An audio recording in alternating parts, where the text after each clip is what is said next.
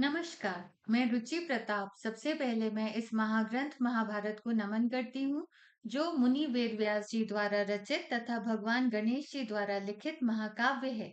इस महाग्रंथ का संस्कृत से हिंदी में अनुवाद गीता प्रेस के शास्त्री महोदय श्री राम नारायण दत्त जी ने किया है। पूर्व संग्रह पर्व दूसरा अध्याय के प्रथम भाग में हम समंत पंचक क्षेत्र क्या है जानेंगे। ऋषि बोले, सूत नंदन, आपने अपने प्रवचन में प्रारंभ में जो समंत पंचक कुरुक्षेत्र की चर्चा की थी, अब हम उस देश तथा वहां पर हुए युद्ध के संबंध में पूर्व रूप से सब कुछ यथावत सुनना चाहते हैं।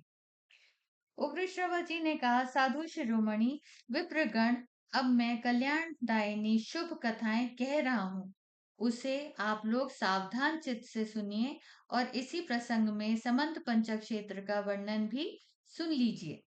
त्रेता और द्वापर संधि के समय शस्त्रधारियों में श्रेष्ठ परशुराम जी ने क्षत्रियों के प्रति क्रोध से प्रेरित होकर अनेकों बार क्षत्रिय राजाओं का संहार किया। अग्नि के समान तेजस्वी परशुराम जी ने अपने पराक्रम से संपूर्ण क्षत्रिय वंश का संहार करके समंत पंचक क्षेत्र में रक्त के 5 सरोवर बना दिए। क्रोध से आविष्ट होकर परशुराम जी ने उन रक्त रूप जल से भरे हुए सरोवरों में रक्तांजलि के द्वारा अपने पितरों का तर्पण किया। यह बात हमने सुनी है। तदंतर ऋचिक आदि पितृगण परशुराम जी के पास आकर बोले, महाभाग राम, सामर्थ्यशाली भृगुवंश भूषण परशुराम, तुम्हारी इस पितृ भक्ति और पराक्रम से हम बहुत ही प्रसन्न हैं। महाप्रतापी परशुराम, तुम्हारा कल्याण हो। तुम्हें जिस वर की इच्छा हो हमसे मांग लो।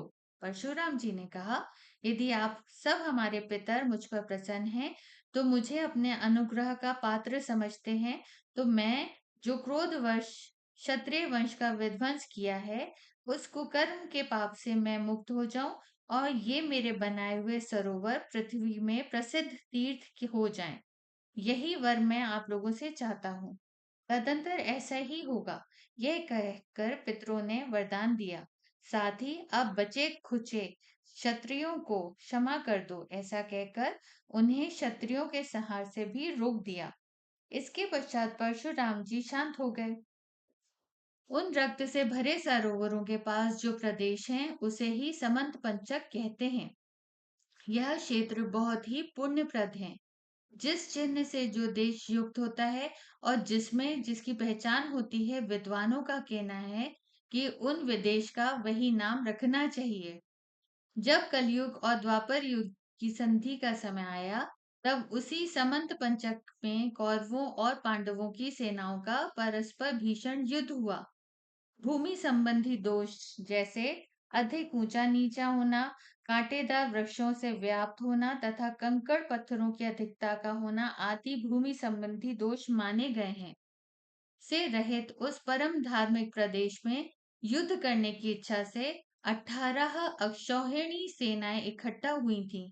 ब्राह्मणों, वे सब सेनाएं वहीं इकट्ठा हुईं और वहीं नष्ट हो गईं।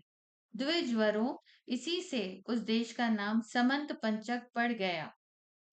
समंत नामक क्षेत्र में 5 कुंड या सरोवर होने से उस क्षेत्र और उसके समवर्ती प्रदेश का भी समंत पंचक नाम हुआ।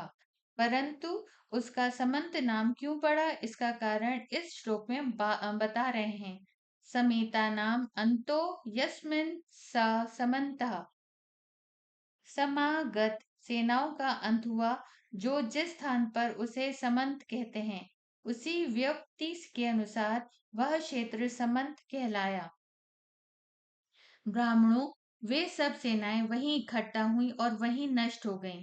द्विजवरों, इसी से उस देश का नाम समंत पंचक पड़ गया। वह देश अत्यंत पुण्यमय एवं रमणीय कहलाया गया। उत्तम व्रत का पालन करने वाले श्रेष्ठ ब्राह्मणों, तीनों लोक में जिस प्रकार उस देश की प्रसिद्धि हुई है, वह सब मैंने आप लोगों से कह दिया।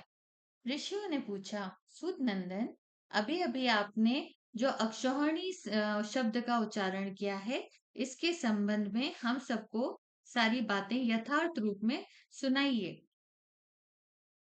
समंत अब अगले भाग में हम अक्षौणी सेना में कितने सिपाही, हाथी, घोड़े होते हैं, जानेंगे।